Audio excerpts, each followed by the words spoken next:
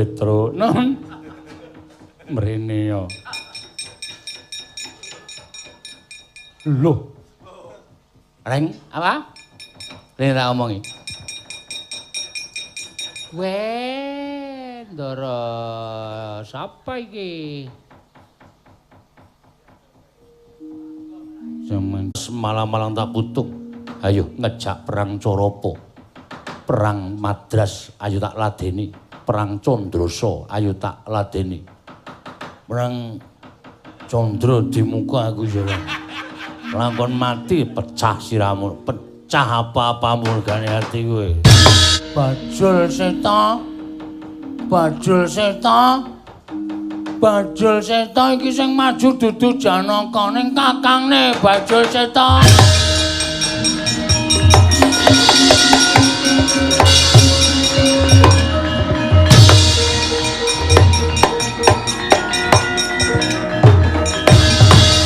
Arsa madangi dalan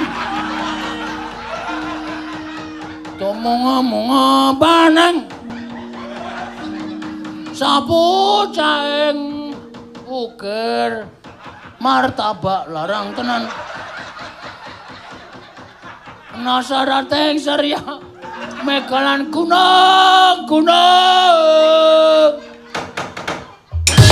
bajul seta ganti meneh bajul seta aku doyak Prabu Kresna bajul seta.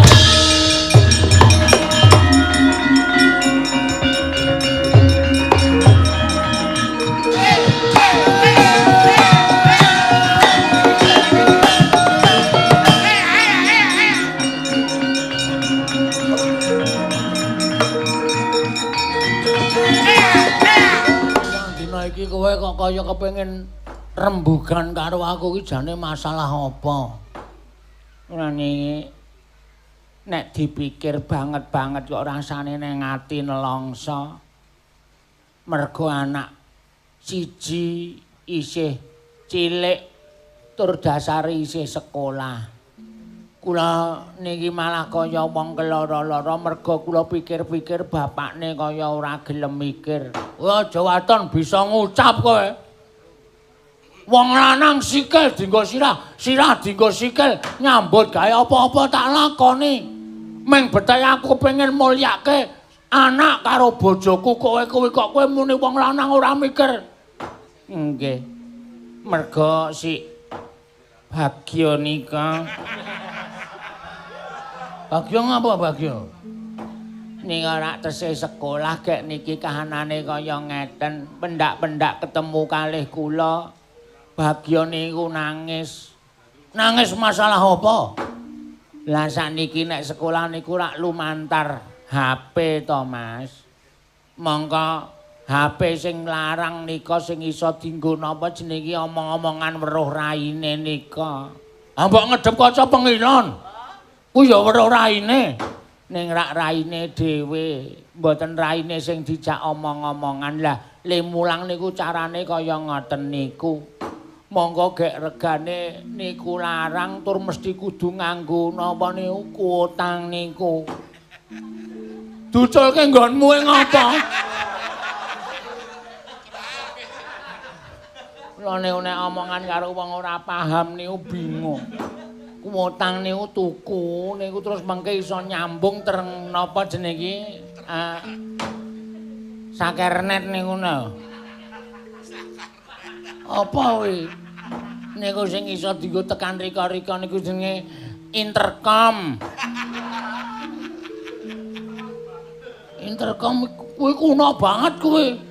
Niku internet niku mongko tukune ya atusan ewu. Lah nuwun sewu nek peraturane kaya ngeten niki kula niku ya bingung bocah-bocah ra iso sekolah. Bocah-bocah ning omah ming dodolan mongko anggere mlebu sekolah sing sinau dudu bocahe sing sinau wong tuane. Merga bocahe ora dong. Ning nek kula semayani sik ya bapakmu irung nyambut gawe, mbokmu ya urung entuk dhuwit, sesuk nek wis entuk dhuwit, sesuk nek wis iso nyambut gawe tak tukokke apa sing tok karepake. Selak bubar, selak rampung. Aku ketinggalan pelajaran, aku ketinggalan mata kuliah. Nganten niku si Bagya. Wah kula susah Mas. Niki pripun carane supaya uripe awake dhewe niku ora keraya ketuyung-tuyung enten niki kebotan kebutuhane anak. Monggo kebutuhane anak niku jane ora kudu wonten niku merga saka peraturan negara sing pancen ya mbuh niki ajeng digawe pripun negarane kok wong sekolah kok malah ora ndang mlebu-mlebu. Wong sekolah kok ora entuk mlebu nang sekolahan ming liwat napa jenenge niku HP kali. Diwulang lumantar HP niku lho kula niku sak ora dong. Mbok ya niku sing dipentingke iki nggon perkara wong ngudi ngelmu niku mergi tumrap kula nggih Mas. Negara niku nek ora ana wong pinter, nuwun sewu. Niku mesti bakale ya ora bukuh bakuh ora sentosa. Ana wong pinter nek tumindake ora bener ya wis ora eneng gunane. Ngoten. Mula kula nyuwun sampeyan niku biasane nek menyuarakan suara rakyat menika menggebu-gebu masyarakat mang bantu nek butuh napa-napa ning bareng kulawargane dhewe anak sampeyan ora iso sekolah mergo ora duwe alate, ora duwe HP-ne, ora duwe kuotane, kok sampeyan meneng mawon niku nuwun sewu. Nek ngoten niku sampeyan niku wong lanang sing mban cindhe mban silatan. Nek kulawarga mang mban silatan, nek wong liya mang mban cindhe. Kula ora trima nek ngoten niku kula protes, Mas. Kula protes. Nek anak sampean bodho pripun? Mongko anak niku sak tingkah polahe mesti nggawa jenenge wong tuwa. Bagya kae ora iso maca, ora iso nulis. Anake sapa? Anake Bagong. Wah, mokal wong bapakne ya buta huruf. Ora aneh nek anake ya koplo, anake ya petuk kaya ngono. Sing muni ngono sapa kuwi? Dereng wonten. Ming mbok menawa sesuk niku dirasani ngonten niku lho napa sampean mboten isin? Napa sampean mboten rumangsa wirang? Ngoten. Wong sampean niku ya cedhak kalih para Pandhawa, cedhak kalih Sinuwun Prabu Kresna, cedhak kalih Prabu Baladewa, cedhak karo Piyai Ngastina. Sampean niku biasane sok wani matur. Niki kanane pripun? Liyane dilarang mboten napa-napa. Ning mohon cah sekolah niku mbok ya iso sekolah sing murwat, ora ketang. Nuwun sewu nganggo cara-cara sing aman. Ning sing baku bocah niki iso mlebu sekolah. Bagya niku nate crita kalih kula lho, Mas. Enten kancane lanang wedok wong gunung jenenge Kuncung kalih Bawuk. Niku ya ora duwe HP, nganti disilihi karo tanggane. Mongko nek goleki sapa napa niku? Sanyal. Goleki apa? Sanyal. Niku lho sing iso marai tekan gone sinyal. Waduh. Nek goleki sanyal rasa ado-ado. Goleki sinyal dadak munggah gunung. Mongko pendak-pendak jame pindah saya awan sinyale saya munggah gunung meneh. Ngoten niku mbok ya dipikir, ngoten niku lho ora mung sak kepenake dhewe ngoten. Kula suwun kanthi sanget sampeyan iso ngrampungi perkara niki. Sampeyan niku wong kendel, adhedhasar bener. Bagong niku wis kondang. Jarine sampeyan ketua Karang Kadempel. Ana kanan kaya ngene kok sampean kaya nuwun sewu muta tuli paningal sampean mboten kepengin krungu dhateng kawontenan. Njur teng pundi nama besar ketua pemuda Karang Kadempel nek carane kaya ngeten iki mboten enten artine bablas blas. Alon. Wong untumu wis pasangan. Babar blas ora babas blar. Babas blar. Babar blas mboten nonton intine nek sampean mboten iso ngomong perkara niki kalih para pepundhan-pepundhan sing enten nginggil Mas Bagong.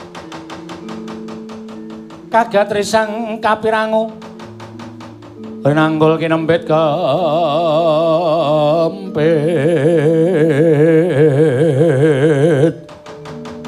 dosang reknaning bawana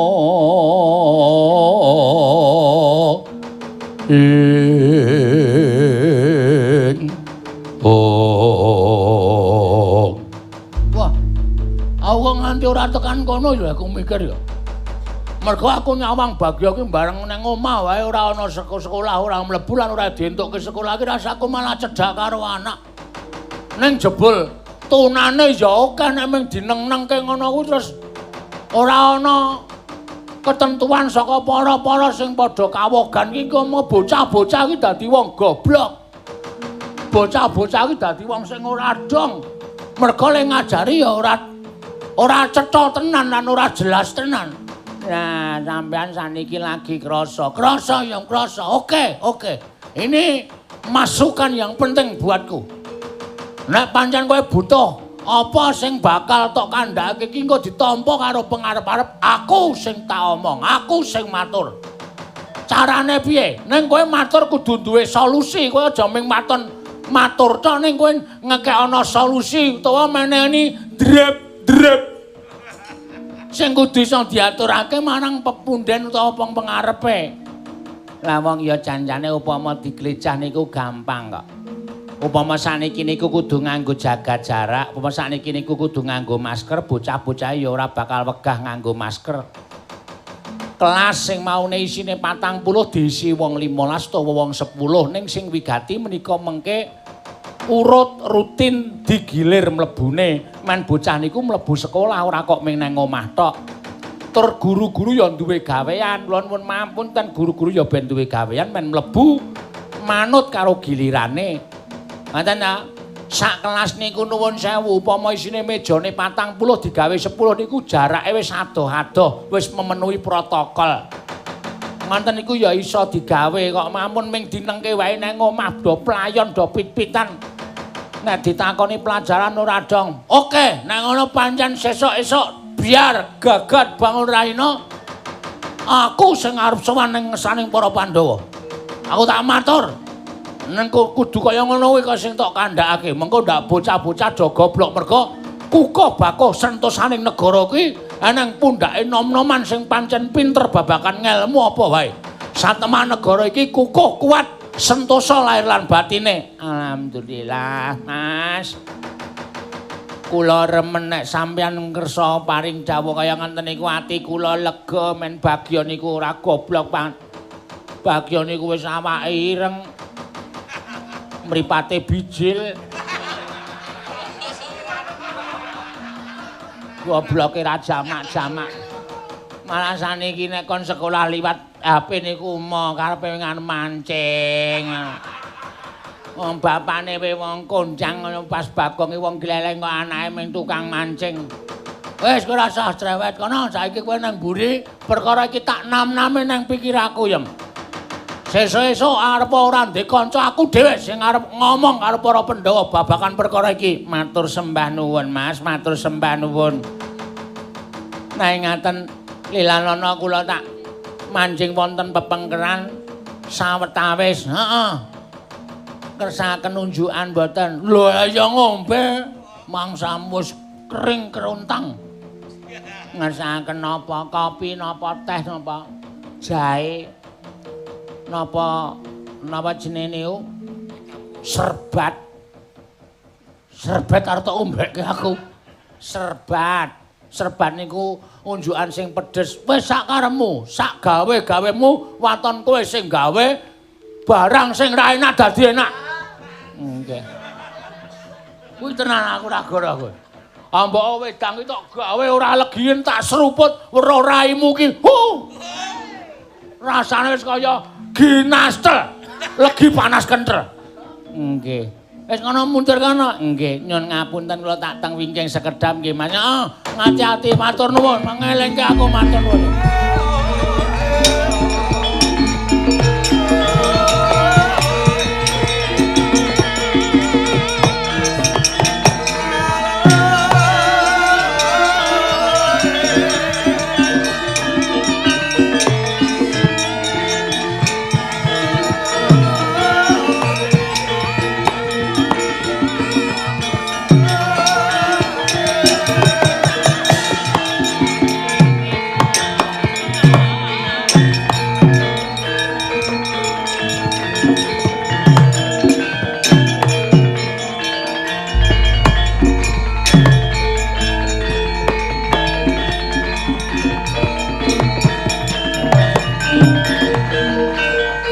Satyayatama ngambar arum sang kusuma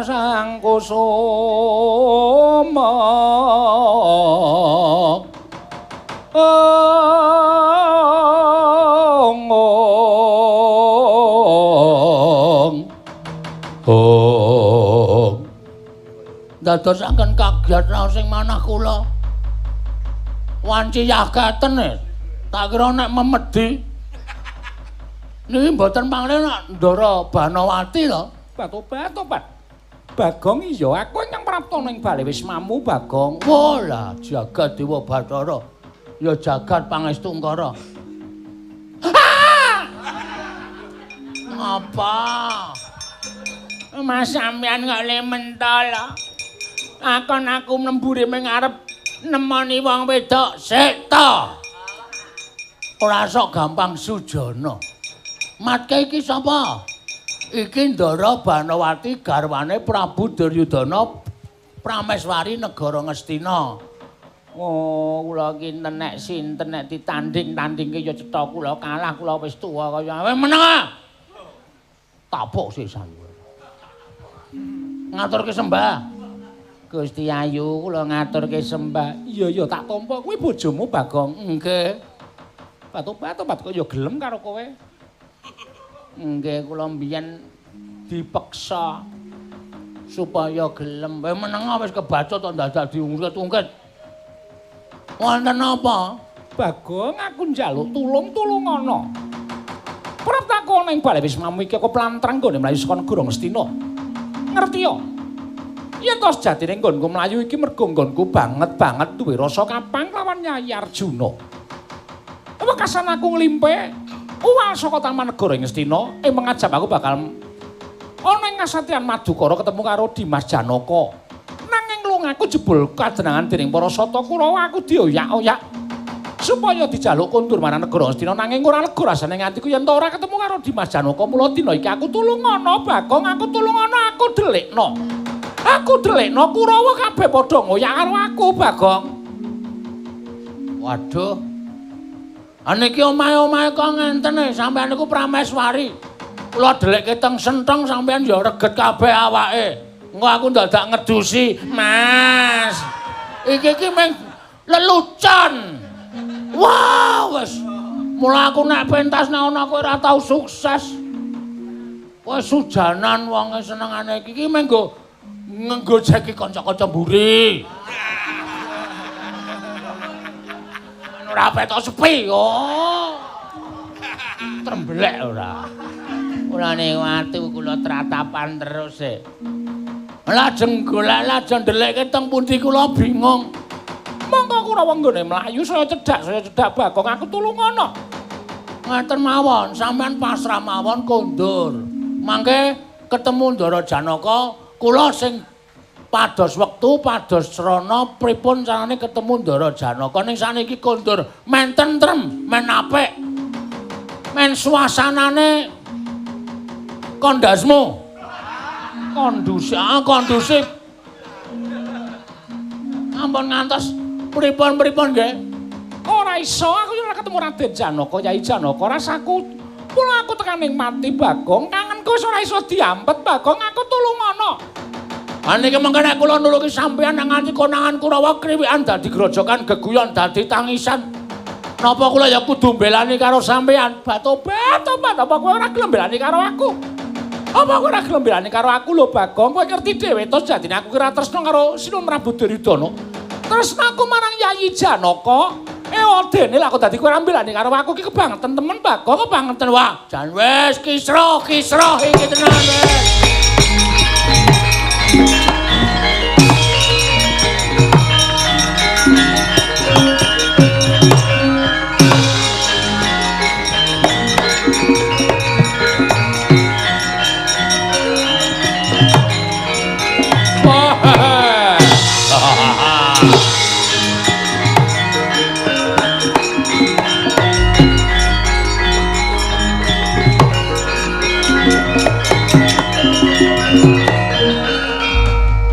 Tanjapala Pandhawa mbiyuk gumulung mangung siring sata Kurawa kambah unggih Srokati timerut layut sagung praratu lah rak tenan ta Dur rak tenan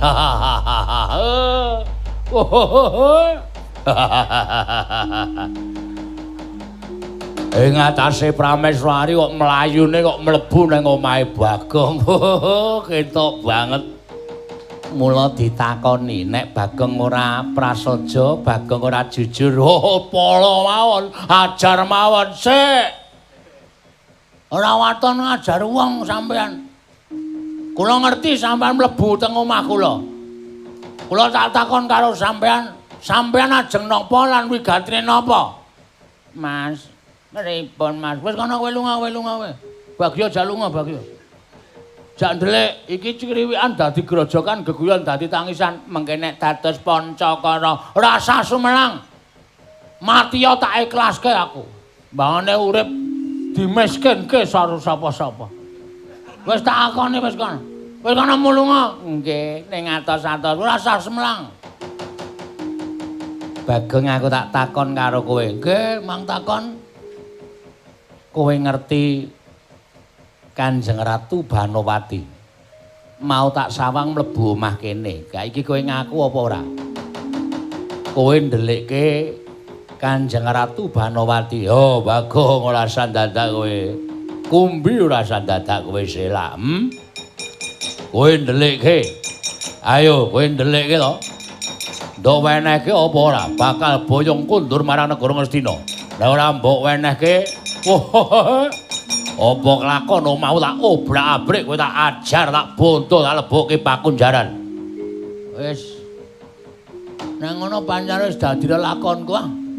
Upama tak selak ana ya tanpa guna. Monggo aku dijaluki tulung. Wong aku nek iso nulungi ya tak tulungi. Gandeng aku ya pas ora sibuk. Aku ya pas nganggur ana sing njaluk tulung karo aku ya tak tulungi, ora masalah.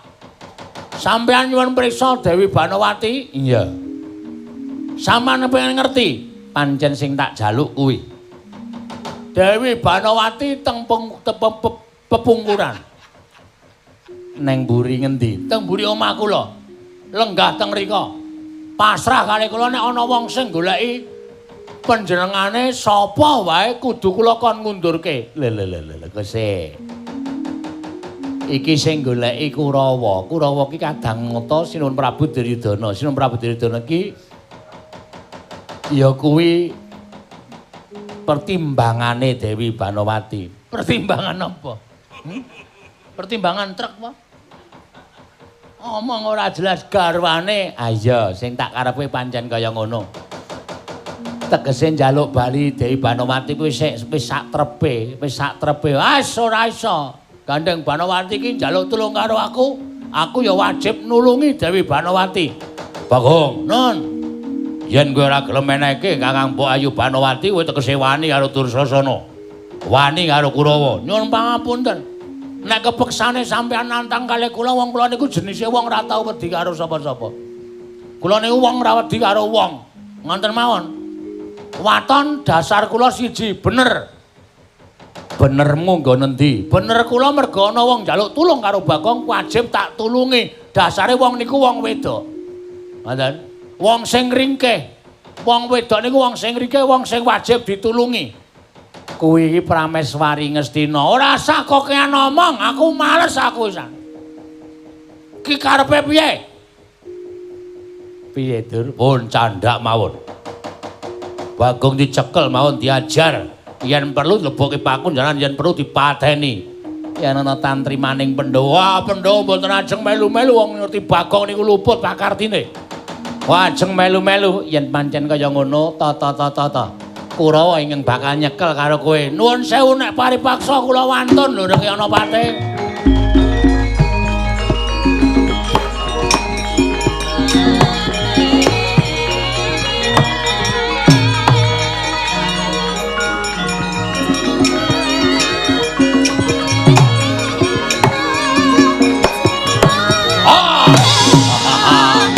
Ayo, aja mlayu kowe.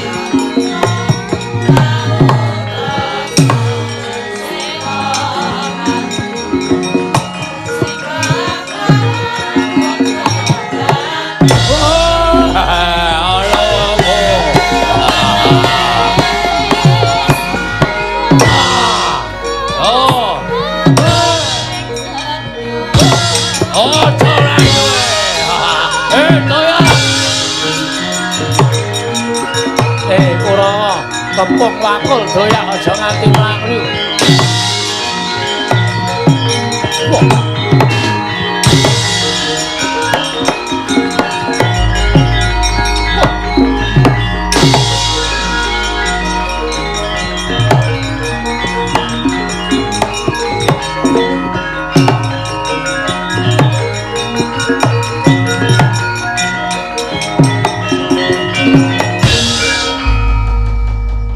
Bagong, Mbak Tobat, Tobat.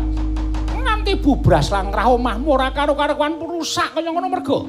Nggonmu perang karo para Sata Kurawa. Wah niki nek mboten mlabuhi karo sampean mboten bakalan kula ngiklasake omah kula porak-poranda kados ngaten menika. Mbak Tobat, Tobat, terus kepiye? Niki nek mboten mlayu kula remuk sampean ya kewirangan. Kula ajur dicekel Kurawa, dibondo Kurawa, kurang-kurang bejane kula ngerti watake Kurawa mesti diajar, kula yakin. Sampeyan ya kewirangan merga sampeyan konangan apa sediane merga mlayu saka negara Ngastina. Mbak Tobat, Tobat, terus piye Bagong Awi mlayu kalih kula? Metu ngendi kula mangetutke laku kula? Mangetutke playu kula niku dalan sing kulina kula nggih maling. Mbak Tobat, Tobat. Sing penting ora konangan pun mlajar mawon Mbak Tobat ayo mlayu bae Bagong.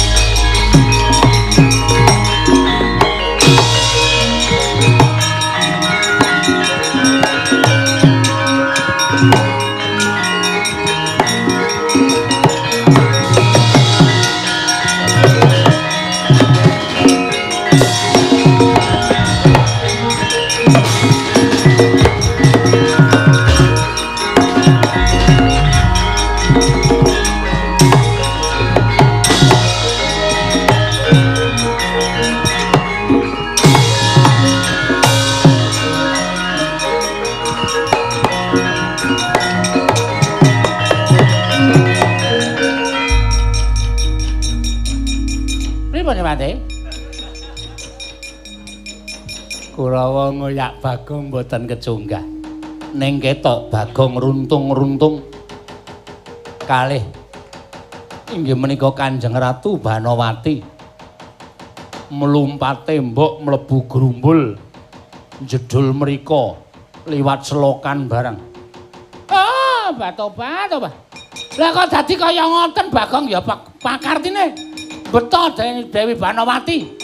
Sing wedok kaya gelem wae diliwatke dalan-dalan sing rungset lan rumpel. Ya pokoke iso lunga saka negara Ngastina. Niku rak karepe Dewi Banowati. Oh, pripun Dik Mate? Pripun? Ngeten mawon. Kurawa kinen nyebarke utawa kinen ngabari marang para Pandhawa nek Bagong glandhang Dewi Banowati. Nek Pandhawa ngerti Bagong glandhang Dewi Banowati, luwih-luwih Janaka mesti mboten ajeng menehi pangapura kali Bagong. Sing mateni Bagong dudu Kurawa ning sing dadi jalaran patine Bagong para Pandhawa piyambak. Langkung-langkung Janaka waton dikabarke supaya sumebar warata. Nek Bagong glandhang Dewi Banowati pun mboten sak kuwatir. Durmagati, waca Jawa.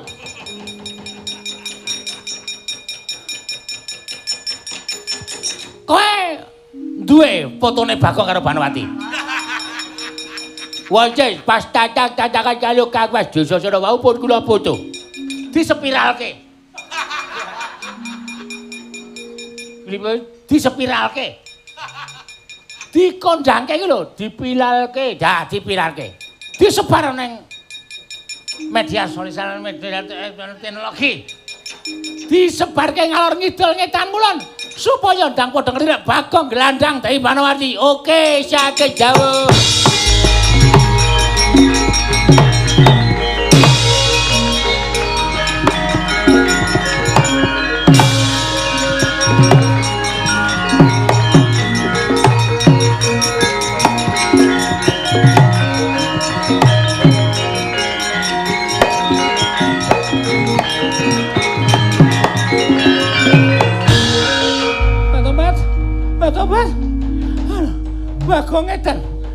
Bagong edan le nggeret aku sampe nae dhewe. Aduh. Aku ki wong wadon lho Bang, dasar ki Prameswari kowe ki ra batur, kowe ki mlayu liwat talas ya kulino, mlayu liwat sawah ya kulino, mlayu liwat Tegal ya kulino. Lah aku ki ora kulino, Bagong. Aku ora kulino. Wah, malah pikir aku tekan dindi. Ora oleh. Kuwi niku ya kesel. Petobat. Aduh. Pendak aku dadak mandeg dadak ngunjuk kayak kemben. Mesti mlotro bakal meneh keterangan karo sapa sing bakal midono karo kowe. Keterangan apa? Luwe-luwe nang nganti rayi sampean Ndara Janaka presa kabar sumebar Bagong Glandang Dewi Banowati. Ndara Janaka goleki. Niki kula kalau sampeyan tengok-tengok teng mriki Ndara Janaka jane wis presa teng adoh mbuh saking pundi. Mentang langkap nganggo jemparing cul. Modal. Kula mati, sampeyan ketemu karo Ndara Janaka. Kula ora diurus, mbathang. Pripun? Napa mboten kelara-lara? Terus kula ututane napa? Untungnya di mana kula? Tobat. Kowe bakal tak paringi Brana Picis, Brana Prabeya dhuwit pira wae njaluk mengko tak paringi. Nyawa eda dijoli dhuwit. Padake. Tobat. Wis mengko gampang sing baku ketemu karo Raden Janaka mengko kowe piye njaluk apa aku bakal nuruti karo kowe. Pun yakin? Iya. Nggih pun. Nggo alon-alon mlaku alon-alon. Niki kula ya ngelih banget e. Tobat mengko yen ana wong dodol pangan mengko tak tukokke aku sangu duit emas pirang-pirang tekem. Wah edan iki. Berarti keturutan iki mengke. Iya wis rasa kuwatir. Niki mengke nyamar mawon. Supaya aja nganti konangan kula tak kudungan tas kresek. Sampean ya nganggo napa lah? Pripun carane supaya aja nganti konangan? Mengke kula colongke mantol nggih. Men supaya ora konangan tobat. Ayo mlaku ngado Bagong golek dalan sing prayoga. Ketemu karo Dimas Janaka. Monggo. Niki wis saman niki teng jero ngalas kapunan. Iya Bagong.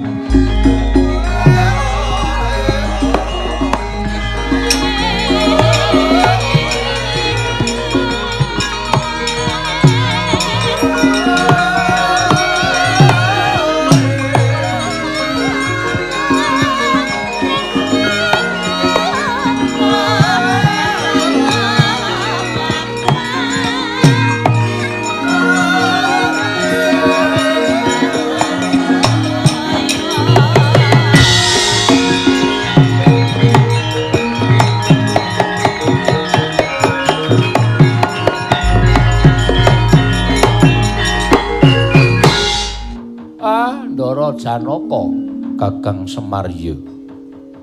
Kula ngaturaken bekti kula kunjuk Ndara, iya tak tampa. Bekti kula Den, iya nala garing. Bekti kula Gus, iya tak tampa Petruk. Enten apa kok tindakipun boten kados adat sabene? Sumengka niku wonten wigatos menapa? Yen ngono pancen bener wewarta ingkang tak tampa. Lamun anakmu Bagong pancen tumindak ingkang ora prayoga ketitik. Aku dipriksa marangon papan kene jebul Bagong ora katon. Lah malah sampean kok ngerti anakku lho Bagong? Mergo aku krungu kabar Kakang Semar. Kabar napa? Napa kabar bab anak kula? Kabar ingkang sumebar warata nganti Kanjeng Koko Prabu dawuh kelawan aku nanjihke kelawan kahanane Bagong. Yen to dina samengko ana kawan Bagong wani nyidra marang Prameswari Ngastina ya kuwi Kakang Mbok Ayu Banowati Kakang Semar. Lah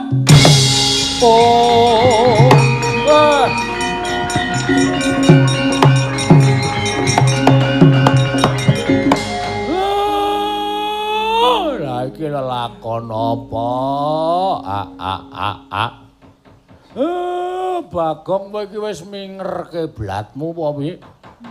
Adat saben kowe iki gawe kisruh ning rak ya ora perkara sing abot kaya ngene. Lah kok dadi kowe nyeneng jenenge wong tuwa. Bagong bocah kok angel kandhan-kandhanane. Ngapa to, Pak? Bagong wani gawe lingsem nyidra prameswari ngestina gareng. Wah, trondolo tenan. Krocok bendho. Wis ora wangun dadi anake bapak, ora wangun dadi adhiku, ora wangun dadi adine Petro. Ngopo Bagong rek? Nyolong Dewi Banowati, Tru. Wala setan ora. Ketemu kepruk boto raine tenan. Wis ora ana pangapura nganggo wong sing kaya watake Bagong. Biasane iki tumindake ora nganti kaya ngono kok iki kok wis nerak pacak nerajang perbatan wis mlumpat wewaler iki. Iki wis ora bener nek diapura meneh, Pak. Upama dihukum ya wajibe dihukum Bagong. Terus pripun? Mula aku kedugung upaya menyang didununge Bagong. Yen wis ketemu aja mbok luputke Janaka yen to aku kudu mentolo kelawan Panakawan Bagong Semar.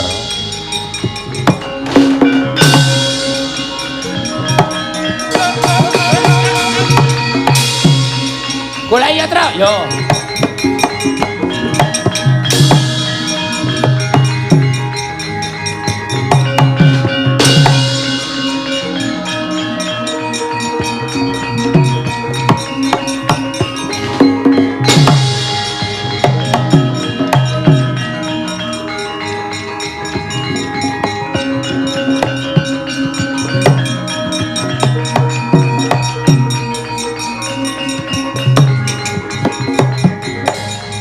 Panudya yutama ngambar arum sang kusuma. Tobat Bagong wonten Jawa. Aku wis mkandha arep yen tos temene aku ki nggon lunga saka negara Ngastina ki nggonku kangen lawan Yayi Janaka. Lah iki malah kedarang-darang tekan tengah ngalah sadoh banget parane iki jane wis tekan ngendi Bagong? Aku kok ora ngerti papan dunung iki. Nek mau wonten tulisan sampean mboten maos napa? Tobat ora maca, aku ora maca. Alah jan wis, lha nika tesih ketok sing mriki. Sampeyan mang lenggah iki. Tobat. Jeng mele niku sok diwaca papan-papan niku dadi apal lho kene iki daerah ngene, desa iki, dusun kae, kecamatan kaya ngono. Senengane ora. Nika ora pun wonten tulisane to. Lho nika. Oh. Alas. Alas. Burine kaya apa tulisane ketutupan godhong saka kene? Tak wacane nek sampean ra iso maca tak wacake ampun sumelang. Ha kula niku cah cerdas. Cerdas. Alas. Geogo enggung. Ili wah awang. Gung liwang. Ili wah awet. Gong liwang liwet. Wah, enak niki. Awas kok enak lho. Gong liwang liwang maksude. Ngisore niki nggih enten tulisane kok mang waca. Iya, tulisane apa?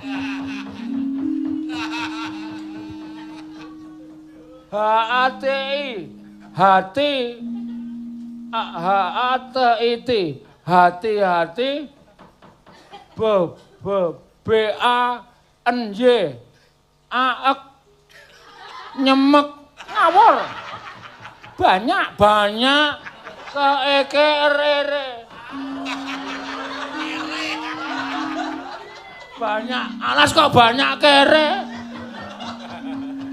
keeke wah awan kewan kewan geaga ala galak ngatos-atos sampean ngojo ado-ado kali kula niku mergane akeh kewan galak iya co-co-en to-to-h-n-y-a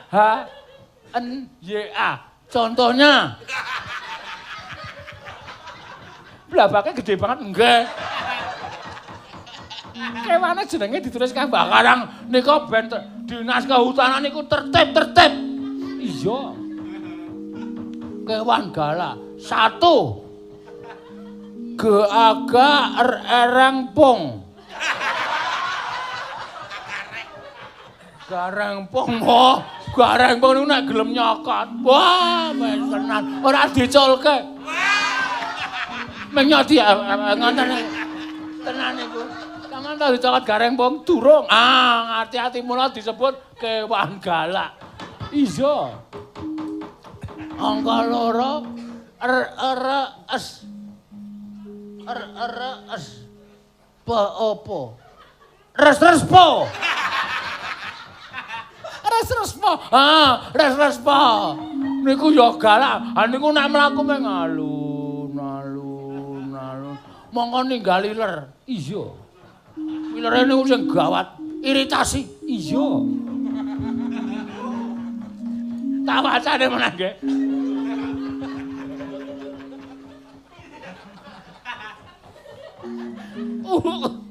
Andur. Andur.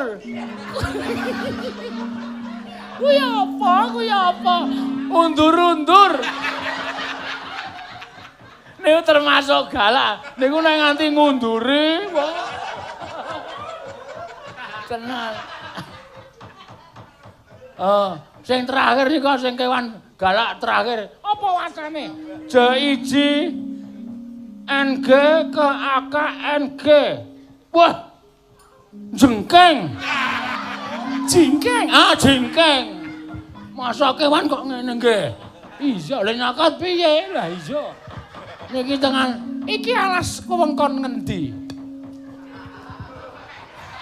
Ana apa tulisane? Mboten wonten ning kula gaweke dhewe niki. Bangane stres iya.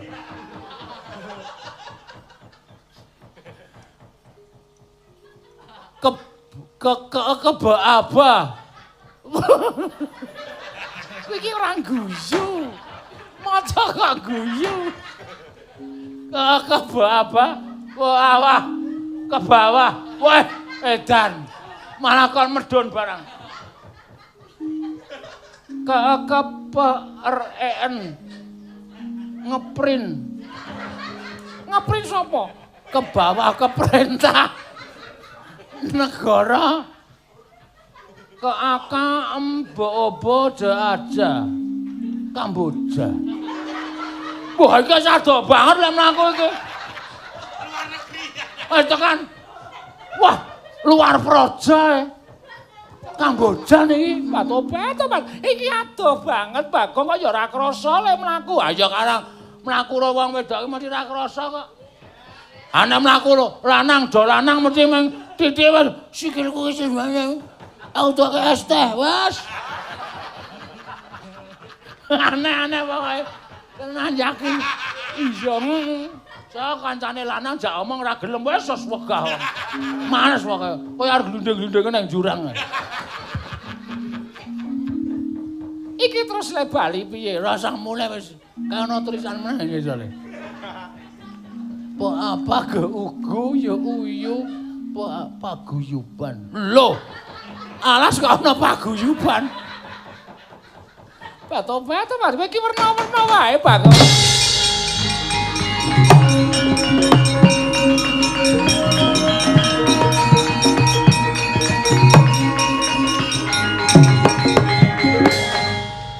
Tulisane apa meneh? Kae sing ngisor kae tulisane kok kaya meng wisan. Keakawa awa. Mengkawa teitir. Tir. Mengkatir. Kliwat. Mengkhawatir. Hah? Mengkhawatir keakaan. Mengkhawatirkan. Ge ente iti eng. Gento. Goblok. Genteng. Iki kok saya suwe tak waca kok suasanane saya ora waduh.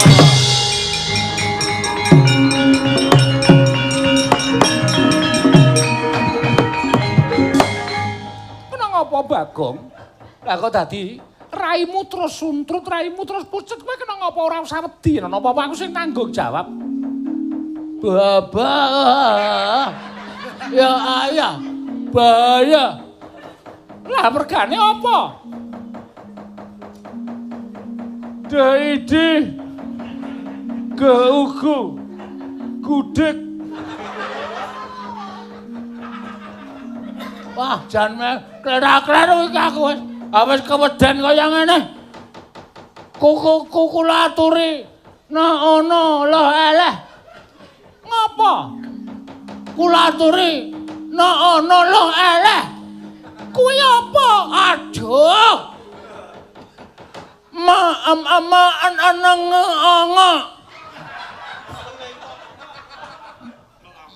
Menenganga. Tobat karepmu piye? Mengo megol. Aduh. Mengo. Tobat Mas Janaka.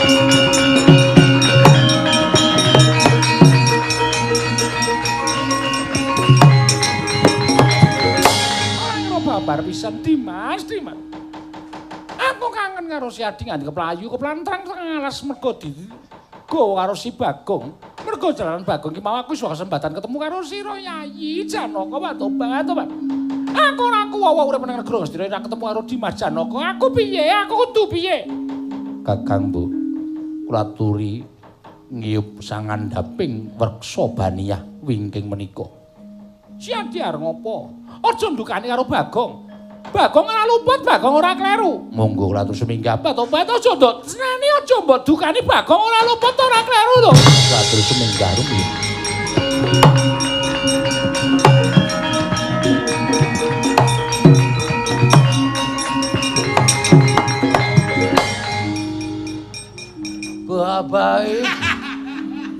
Baiklah. Wis nek arep dihukum mawon to.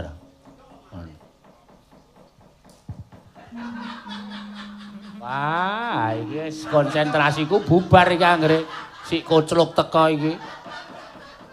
Aku lek ndelok ning jaba wae ora bengak-bengok ya. Engko tak pakani watu, aja kuwatir. Engko tak geruske botol wis ning jaba.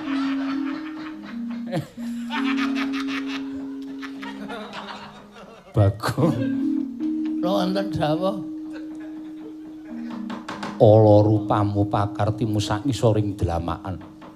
Ora ngira babar pisan yen to kowe mentala, kowe wani glandang kelawan Kakang Mbok Ayu Banowati. Mula wis ora ana paukuman ingkang pantes kanggo kowe kejaba mung kowe kudu nampa ukupane Janaka. Kula niku mboten napa-napa, sumpah. Niku critane ngenten iki nggih, Gus. Critane ngaten. Kula niku lagi tengok-tengok omah dumadakan Ndara Banowati niku teka. Terus nyuwun tulung kalih kula supaya kula niku mbantu Ndara Banowati merga Ndara Banowati niku duwe rasa kapang kalih panjenengan. Tare wangi tekan kene niku merga kula mung kepengin nuruti Ndara Banowati iso ketemu karo sampean. Kula niku ora ndek niat ngapa-ngapa. Mokal kelakone. Kowe wong lanang Banowati wong wadon mbok glandang ning tengahing alas kuwi arep tumindak culika karo Kakang Mbok Ayu Banowati. Kula yakin sumpah ora piye-piye. Ora sandadak kakean gunem sing tanpa guna. Aja. Kula ora ngapa-ngapa. Asli.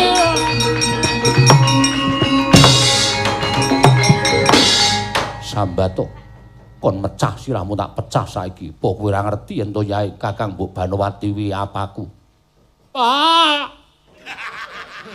Apa? Wah, mbok kan lungas aku darah itu pikiranku bundel kok. Pak Bagong aku ora iso piye-piye dole kowe salah.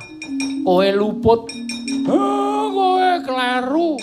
Aku ki ora ndek niat kleru, Pak. Nek dianggep kleru ya kleru ning aku niatku ora kepengin tumindak kaya ngene. Reng. Ngapa? Ora sudi nulungi karo kowe. Wong luput, wong kleru kok njaluk pambiyantune kakangmu wis ngorek-orek raine wong tuwa ora bakal ilang selawase urip. Ayo, mo. Aku suruh moh ngewangi karo kowe. Aku mau bantu karo kowe. Ayo, saiki kowe arep kepiye, Bagong? Kula mboten napa-napa, nyenggol Dewi Banowati men mboten. Napa malih kula wani duwe niat tumindak sing ora becik. yakin sumpah mbok wani di bumi langit tangkep nek kula duwe niat elek kali Ndara Banowati mboten. Oh. Alah.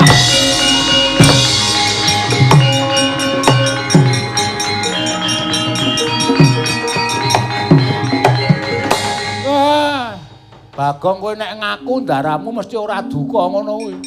Gong kowe nek ngaku malah ndaramu ora duka. Le kowe iki nek ngaku apa anane malah ora duka ngono kuwi. Ngaku-ngaku ora apa-apa, kok ngaku ambek luwung minggat legane. Oh.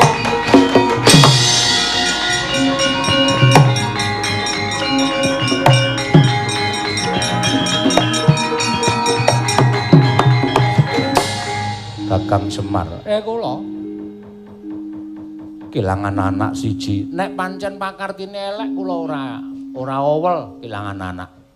Nolo Garing kelangan sedulur. Nek pancen pakartine Bagong niku tenan-tenan elek kula ora kelangan. Petruk semono nggih. Yen ngono ayo menyang negara Ngastina. Nderekke kundur Kakang Mbok Ayu Banowati selak mesakake Koko Prabu Duryudana. Nggone kelangan Kakang Mbok Ayu Banowati. Monggo kula dherekaken Ndara.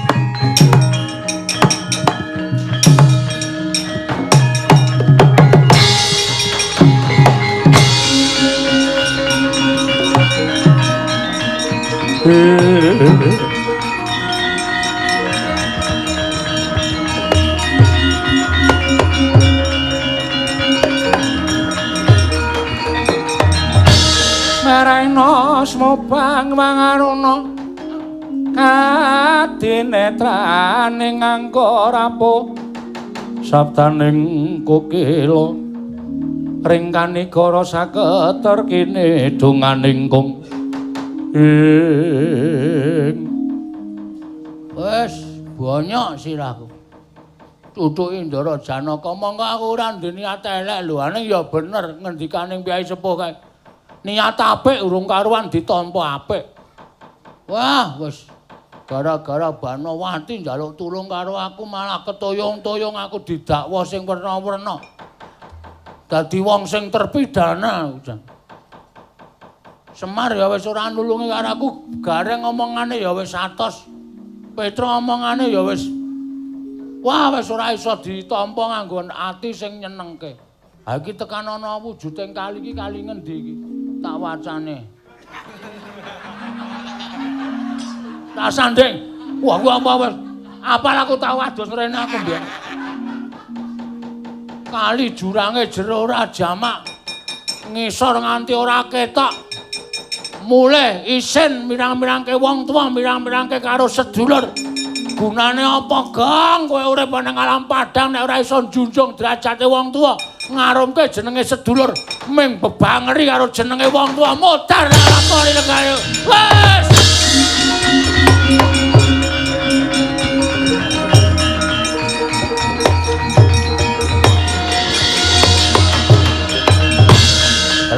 Keleang kuwandaning ki Lurah Bagong tingkem kang netra nalika semanten timuyup saking Dirgantara nengging kang tunggu jurang ing kinarya nglalu Lurah Bagong wujuding seluman sigra nyaut ungganing Lurah Bagong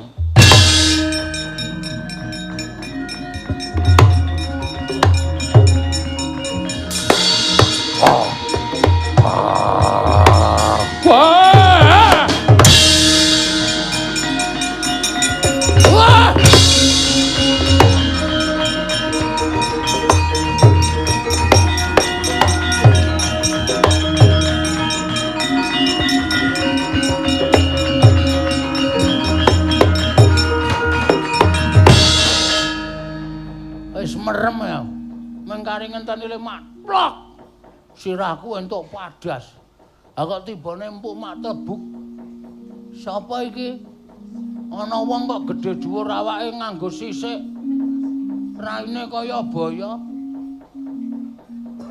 Aku Seluman Bajul Seta. Sok mbajuli wong kuwi to? Ora. Jenenge Bajul Seta. Bajul Seta. Ya, aku sing tunggu kali iki. Oh, sing arep nggo nglalu. Suwe nggonku kekalangan ngideri.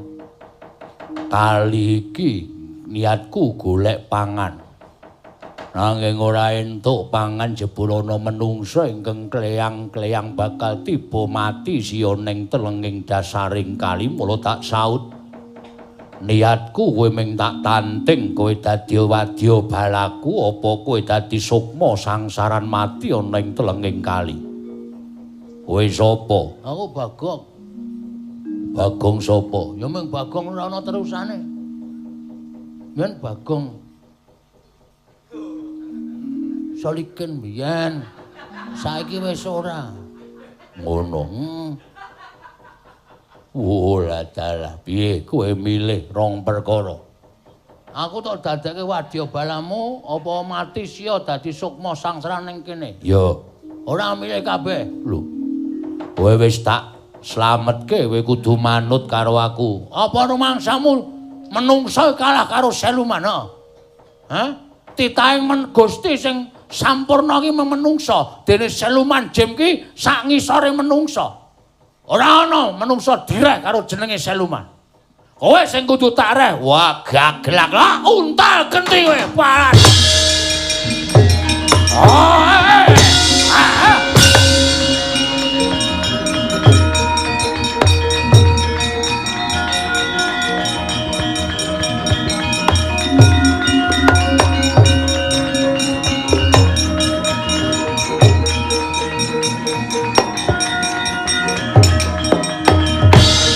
Eling-eling ki Lurah Bagong ngrasuk kapercayan agama pungkasan. Nalika semanten wis pinaringan dawuh dening Ki Lurah Semar lamun anempuh bebaya sigra ngrapal inggih menika ayat Al-Fatihah. Wong salwangsul dadi nglumpruk Seluman Bajul Seta.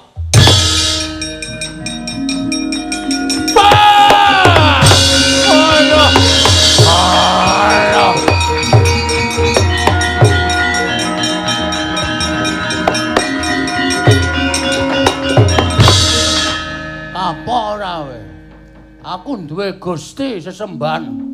Aku duwe pusaka sing iso ngalahke kowe. Aduh, Bagong. Awakku panas. Diblono ye. Panas awakku merga saka ukara ingkang mbok batin sarta sithik-sithik metu saka kedaling latimu. Oh, panas awakku, aku ora kuat nyangga kekuataning surasaning tembung kuwi mau. Kapok ora we? Ya, aku kapok. Nek kapok wiwit dina iki kowe kudu dadi andhanku Bajul Seta. Waduh. Dadi andhaku. Kali dadi kekuasaanku. Jurang iki dadi kekuasaanku. Iya. Ikhlas? Ikhlas. Wiwit dina iki sing ngadus aja wong lanang, ning khusus wong wedok.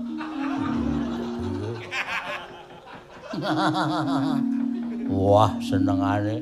Kowe iki wong kok nyenengake gunemamu sarwa gawe bunga. Aku ki wong senengane gawe senengane wong liya.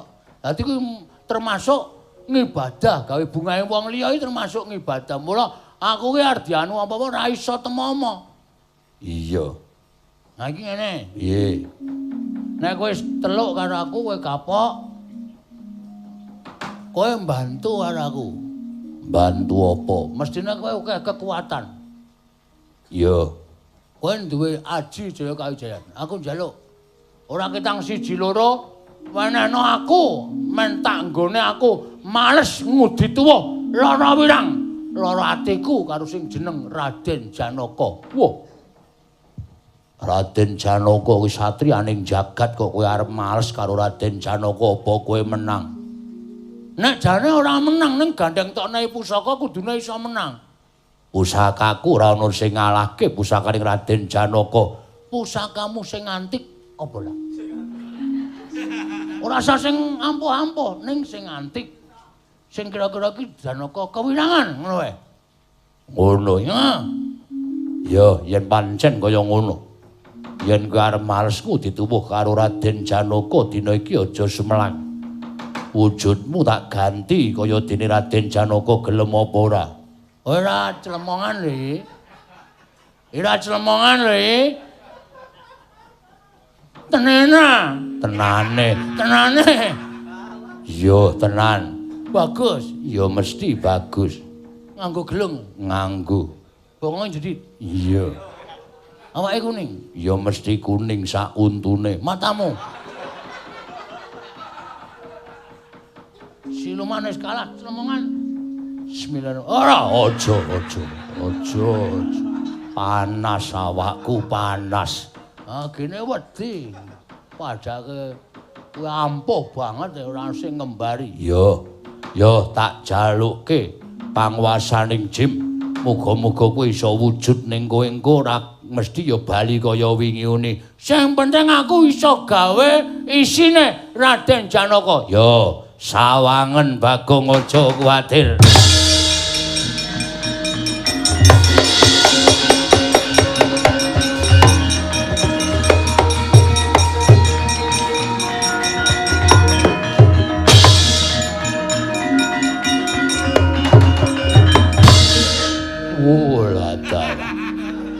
Baguse ngedape-dape.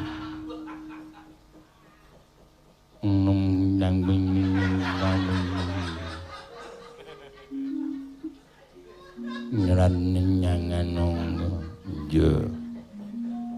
Yen manjen kaya mengkono aku njaluk pamit ning aku ora percaya. Ora percaya. Mergo tak nyawang kok rai kuwi isih putih.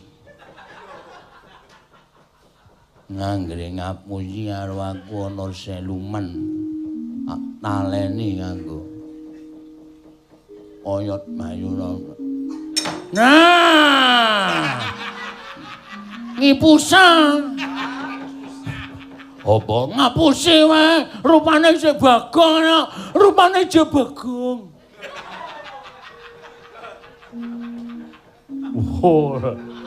Nek sandangane wis Janaka, iki wis nganggo salon ngene iki.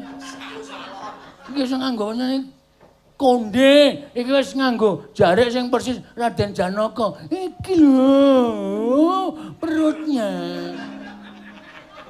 Masih gemuk, rainya masih teng brocel.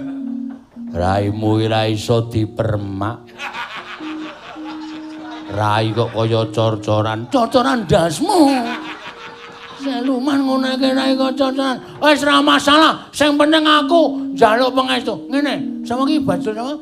Bajul Seta. Saliyane Raden Janaka kok aku iso malik apa-apa? Iso. Carane kowe nyebuta jenengku ping 3. Apa sing tok karepke kowe iso malik. Nah, mergo Janaka iki kancane akeh. Engko nek nganti dombelani Janaka nek bisa-bisane jaluki tempur karo aku. Janaka tempur karo aku. Mergo iki sing nangkem aku dadi tembunge tempur. Iya. Nang Janaka iki nglepaske puru kendali. Aku nek ora nganggo tahu dipenyet lho. Tahu dipenyetnya nit remote. Remote. Wah, aku iso kena Raden Janaka Cinaka. Wis kono mangkat to aku ndak selak sumpek. Sumuk nyawang kowe. Nggih aku nyebut jenengmu ora iso maneh tenan goleki nang kali ngendi nggih? Nang ngendi? Iki kali Sumber Nyawa. Kaya bis. Kae Sumber Kencana. Njaluk pamit. Sing ati-ati. Oh.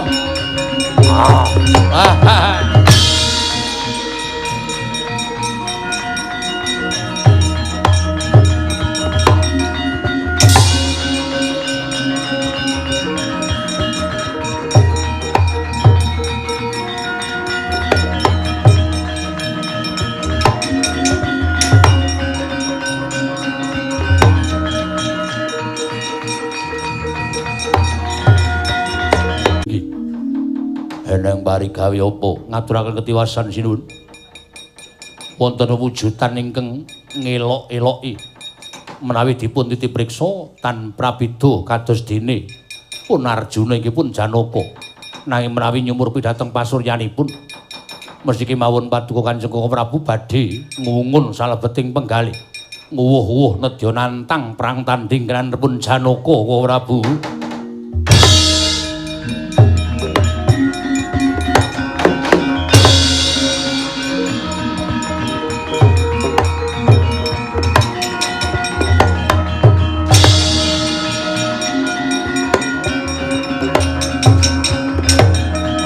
Mawe gandrung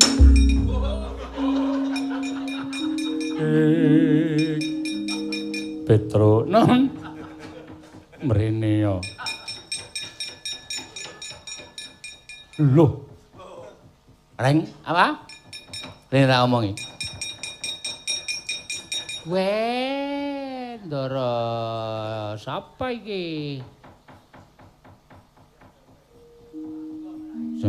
semalam-malam tak putuk ayo ngejak perang Coropo perang Madras ayo tak ladeni perang Condroso ayo tak ladeni perang Condro di muka aku jalan langkon mati pecah siramu pecah apa-apa murgane hati gue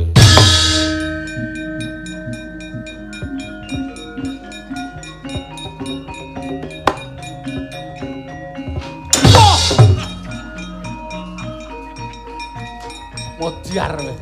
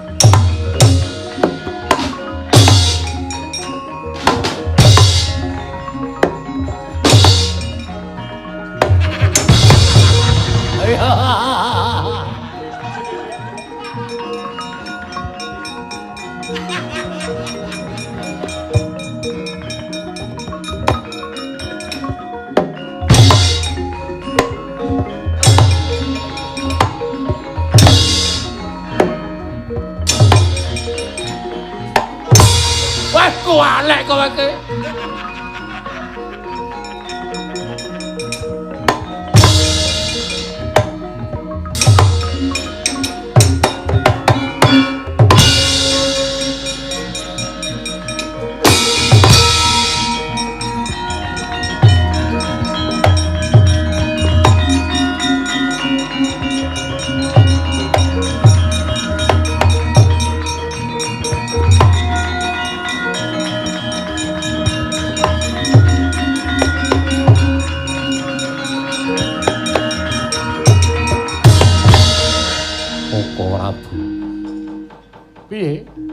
Kabar ingkang sumebar apa wis bisa mbok sirep? Sampun.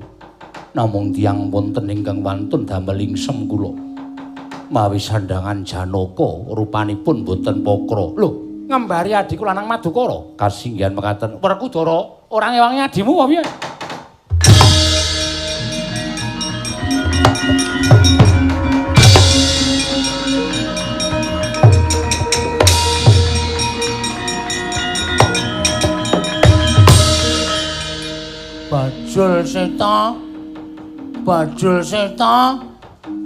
Bajul Seta iki sing maju dudu Janaka ning kakangne Bajul Seta.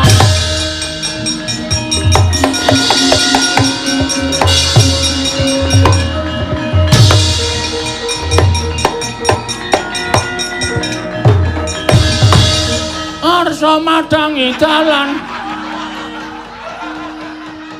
tumunga-munga baneng sapu caing ukir martabak larang tenan nasarating Surya megalan guna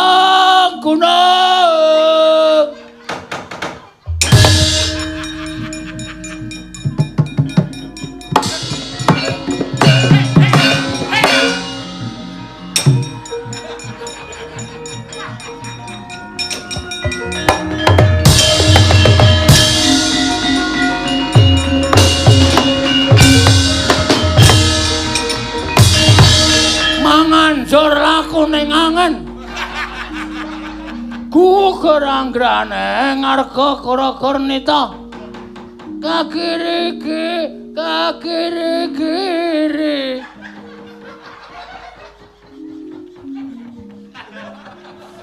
Patula mangamba-amba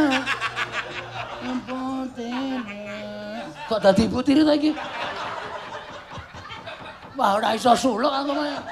Oh, kapok ora kowe campur aja.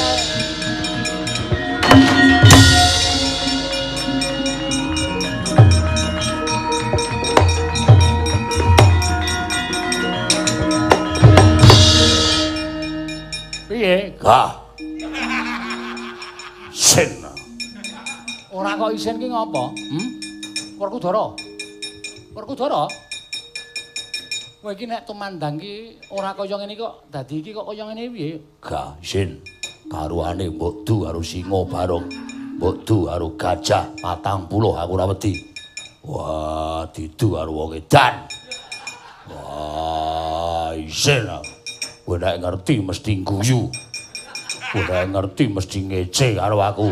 Mbok coba aku tak nerono. Wah, aja kowe. Aja. Kowe mesti Ora tak tontone kaya ngopo.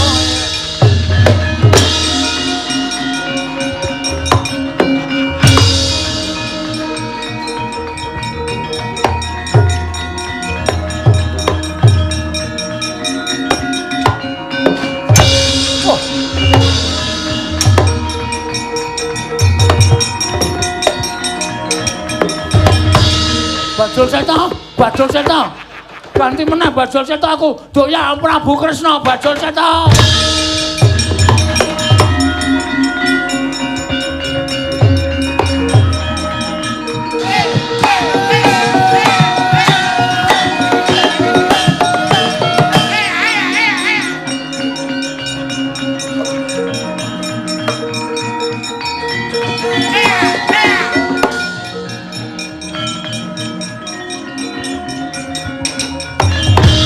Ulah dalah. Santai. Wegah. Petro wegah tenan aku. Aku mah noleh aku. Isin tenan. Bocah ya ngopo? Emang semono mangadilen wae. Ana sasmintan ingsun jagat Mas Yai. Yai Narayana. Nayarana. Yai Padmanaba sama Padmanaba. Gah. Wegah. Yai Kresna. Wah, mama.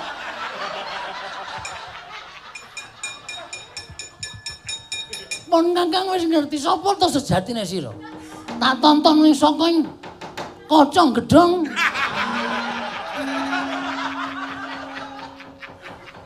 Katon sampun jatine sira. Sing gedhe wegah aku. Gilane ora Kakang Semar ora iso rampung iki aku wegah Kakang Semar.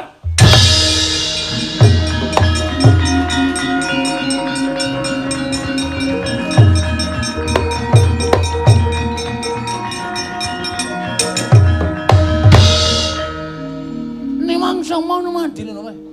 Ana sasmintane ingsun jagat wasisaning Bathara. Ora bocah iki tek ampuh men. Iso malih apa-apa. Agong lho kowe. Us.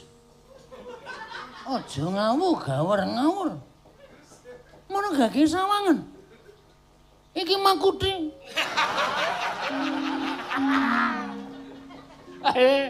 Sing sak omong klerak-kleru ki mung Bagong ya reng.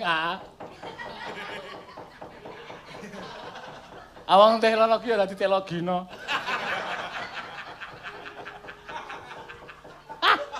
Ayo, kowe malih ora ajar kowe. Jagat Dewa Bathara. Jebul kae. Kae ana wong dhuwur. Ndelok jam iki. Si 10 menit Kang Semar. Kowe ganti ya.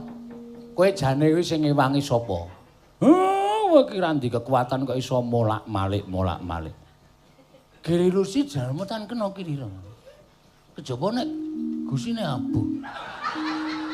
Ora iso disebut Giri Lusi. Iya tenan ora. Seneng aku nek Bagong ngono kuwi. Sing arep iki sapa aranmu?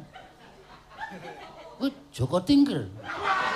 Wah, Semar kok.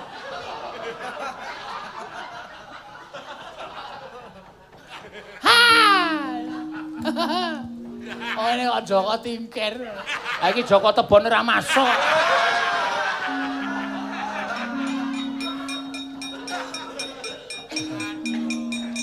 Iki Semar. Wah, ini mangsuk menawa dino. Jaget Dewa Bathara, jaget Dewa Bathara. Semar. Heeh. Ya Badrana ya. Heeh. Saron Ricik. Saron Sari ya. Heeh, Saron Sari. Duda mana-mana ngunung. Juru dia. Permatasari. Punta Prasanta. Punta Prasanta. Nang ngono sing dhuwur kuwi jenenge kerupuk. Heeh ning wis mlempem. Aku doyan kaya sambel kecap. Wah, ketho Bagong iki sok nyolongi kerupukku teke sambel kecap ning Bagong kok. Sing cilik iki sing silite iso.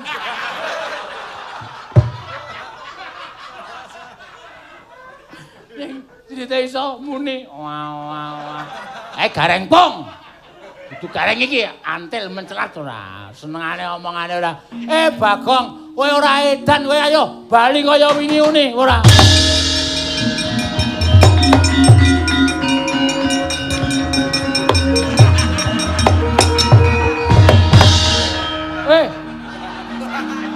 Laba. Jare kon ganti Bagong. Ya ganti Bagong. Jan wis ora pati nduga mana. Kuwi Bagonge bapak mbiyen. Ayo disinggahke nggo pusaka, ora usah ditok-tokke ngono. Wah, Jan wis. Wis Jan wah. Diwale. Aku dune nek cara mbiyen iki wah Jan wis saiki modern netro. Wah Jan wis Jan wah. Aduh. Nganggo gamelan men iso badal. Oh ngono ya Mer.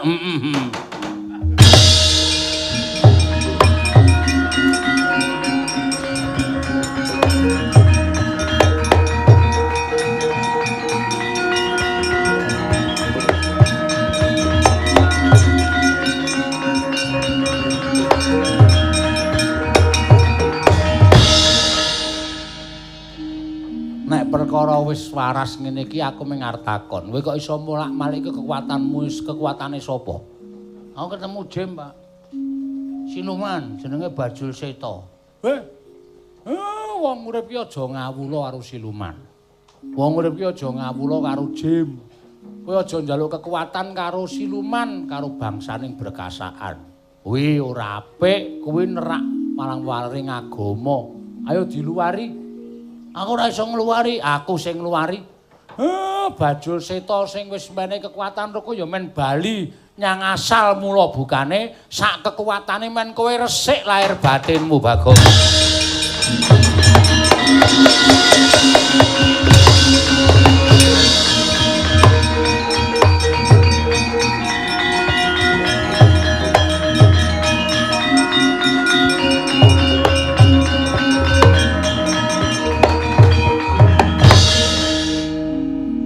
Dadak Malik wong pirang-pirang ki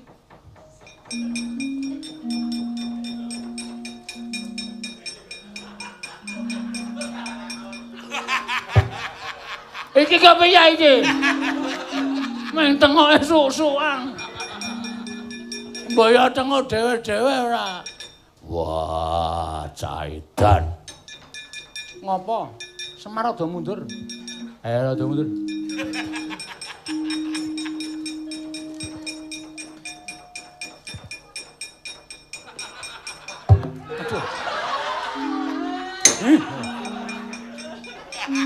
Kula ora sengaja teken kula keri, teken keri. Loro e pajake. Kula didakwa kula kaya dene wong terpidana. Rekae ngewangi Ndara Banowati malah dadi wong luput, dadi wong disalahke.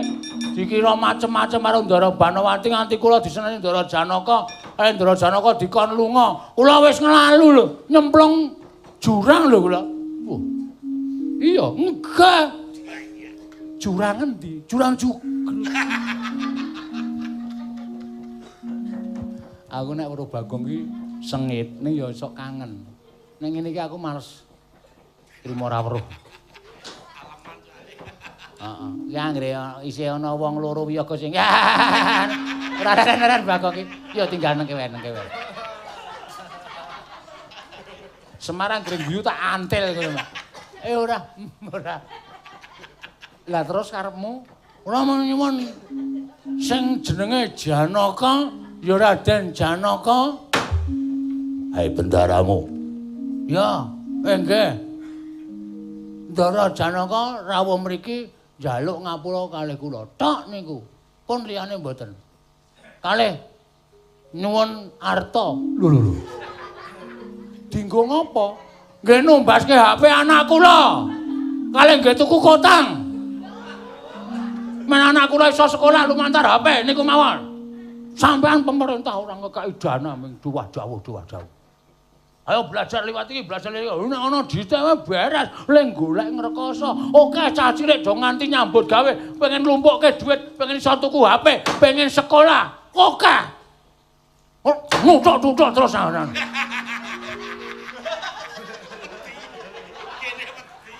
Lha niku ngomong sak tenane malah dikeplaki sapenake dhewe. Sampean kudu berbijaksana dalam menentukan sikap.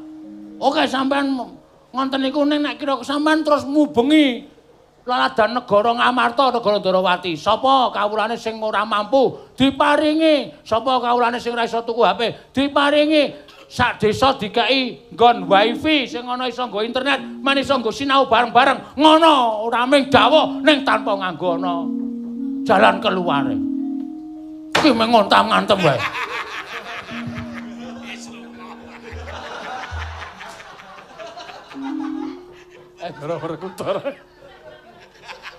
Ndara Kudara nganti wedi lho. Yo. Becik banget Bagong. Ah becik. Padake ora. Mangsane kula niku prihatin. Ha kula niku nek iso sugih. Nah, kula niku nek dadi wong sugih, dadi wong duwe, jajali jopula ora batal. Ha tuku HP kula 10 tak domke bocah sing ora iso sinau niku. Sing ora duwe HP, wong ora duwe dume kabeh. Manut kemampuan kula niku tenan ora kok ming goro ming sak kula lho niki omongane sampean Nalendra pengareping para Nalendra kudu iso memberi solusi ora ming sapenake dhewe.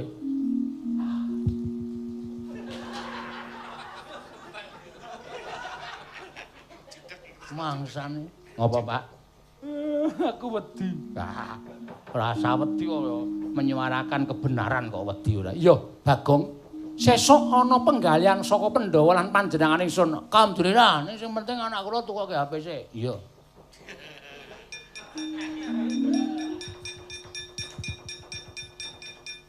Pira iki? 500. 500. Duit apa 500? Sebar. Mangsane. Jupuki meneh. Sebar. HP kok 500 enten sing enten.